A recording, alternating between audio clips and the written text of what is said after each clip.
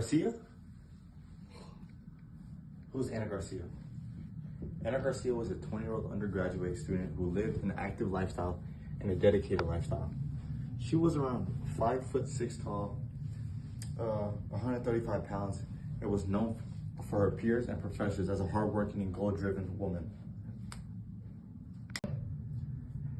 Anna balanced her work life and academic life with her love for sports, particularly soccer.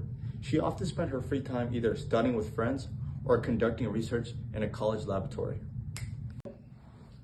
On the day of her death, Anna sustained a head injury approximately 19 hours prior being deceased.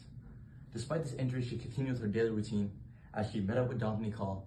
They got food together, they studied together, and later that day she took her prescribed her migraine medication before spending the additional time working in the lab. When Anna Garcia was discovered, she was found unresponsive in a classroom with the position of her body suggesting that she made a collapse in a seated position. Possibly found from the chair, the crime scene contained numerous pieces of physical evidence which were carefully documented and analyzed. The evidence collected included all this right here. Suspect analysis. 5 individuals were initially suspected to be connected with Anna Garcia's death. Each suspect underwent a polygraph test, a procedure that measures psychological responses such as heart rate and respiration to determine potential deception.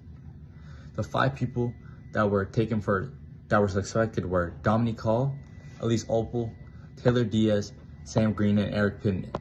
The reason why we suspected Dominique Hall was she was a close friend of Anna, and although she expressed jealousy over Anna's secret Dean's Award, Dominique was ultimately found truthful. Elise Opel, she was Anna's professor and research mentor, but she had been texting Anna about extra lab opportunities and was also found to be truthful. Taylor Diaz, another friend of Anna's, was also cleared truthful. Sam Green, described as a frenemy of Anna, had sent an aggressive text message but was determined to be truthful. Eric Pittman, Anna's boyfriend, who was found deceptive during the whole polygraph test and appeared increasingly desperate in his digital communication with Anna. Based on the evidence, it is likely that Anna Garcia's death was accidental and may have been related to a combination of her head injury, medication use, and potential chemical exposure. After sustaining the injury, Anna may have experienced dizziness or delirium, leading her to accidentally ingest a red chemical substance in the lab, mistaking it for a drink. This could have resulted in her collapse near the table and chair, where she was later found with blowflies and maggots. This suggests that Anna had been deceased for several hours before discovery, aligning with her estimated timeline of her last known activity. Unanswered questions and further investigations that I have. While evidence provides strong foundations, several unknown factors remain unsolved. Additional steps that I recommend to finalize this investigation is to review security footage, and with the security footage we can examine it and we can find digital recordings from who entered the building and who left the building. Another one is lab activity records. Investigate the substance Anna was working with in the lab and whether she was following safety protocols or not.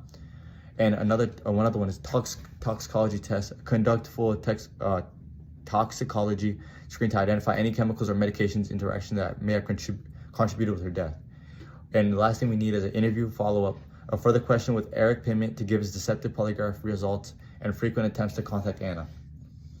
Overall, my conclusion is Anna Garcia's death appears to have been influenced by multiple factors, including her prior head injury, possible fatigue, and medication use, and an accidental ingestion of chemical substance. However, until more evidence, such as security footage and toxicology results come and is analyzed, the exact cause of death cannot be definitively confirmed. Continued the investigation to the moment leading up to her collapse, particularly her time in the lab and interactions with those around her, will be crucial in uncovering the truth behind her tragic death. Thank you, Mr. Osterk, and have a good day.